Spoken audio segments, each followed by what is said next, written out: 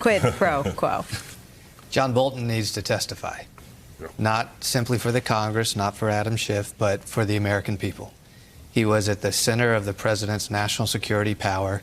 It is clearly corroborated from the witnesses over the past 2 weeks that John Bolton himself had concerns about the president's behavior. This is an unusual case that is being made. It's intriguing, but counterintuitive, because we actually have the confession at the front end. Donald Trump on September 22nd said to the American people, I wanted to make sure the Bidens, he named them by name, weren't contributing to corruption in the Ukraine. What we've heard the last 2 weeks isn't leading to a culmination of a climactic confession. We had that at the beginning. Now we have the corroboration. John Bolton could put it all in context and frankly could say to his fellow Republicans, yes, the president did wrong. Wise political words of about 10 years ago were said that it is not one's patriotic duty to advance the political interest of a politician whose principles are adverse to yours.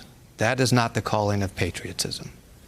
Those words were uttered by John Bolton. The calling of patriotism in this moment is to lay down his loyalty to the President of the United States and remember that he has served a country for his entire career, though some may agree or disagree with what he's done. Put the nation first. Tell us what you know. You always stop me in my tracks, my friend. Hey there, I'm Chris Hayes from MSNBC. Thanks for watching MSNBC on YouTube. If you want to keep up to date with the videos we're putting out, you can click subscribe just below me or click over on this list to see lots of other great videos.